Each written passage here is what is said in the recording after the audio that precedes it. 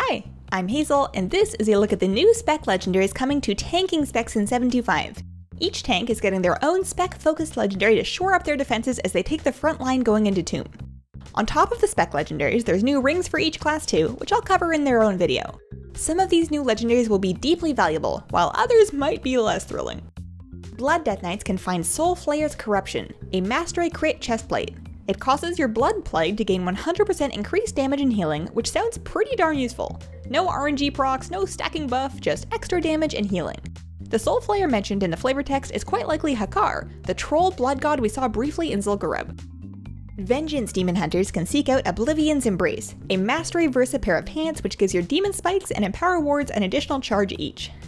If you feel like you're waiting for your buttons to come back up a lot while you're tanking, this should help you flesh out your rotation.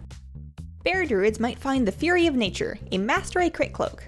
While in bear form, which I hope is most of the time, you deal 30% increased nature and arcane damage. You're also healed for 30% of all nature and arcane damage done. The variable that I'm not familiar with is exactly how much of a Guardian's Druid damage is nature and arcane rather than physical. That's what's really going to make or break this legendary. Brewmaster Monks can get Stormstout's Last Gasp, which is a deeply concerning name. Chen is my combat ally, so I am pretty sure that they're not going to take my buddy away from me. Your Keg Smash gains an additional charge and has an increased radius.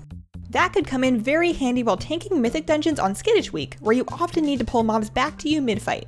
I always feel like I don't have quite enough kegs to smash, and this should help smooth over that feeling. Prot Paladins get the Pillars of Inmost Light. That's a pretty big spelling error that still stands on the PTR, so maybe that's just what it is. While wearing the pillars on your shoulders, your Eye of Tyr will deal 300% increased damage and have a 25% reduced cooldown. That's pretty hard to argue with. The flavor text states that the light shines brightest in those it consumes, which sounds kind of like an anti-zealotry PSA. I'd be so down for a paladin faction going all Scarlet Monastery on us in 7.3. Prot warriors can find Ararat's Bloodmirror, which is surprisingly difficult to say.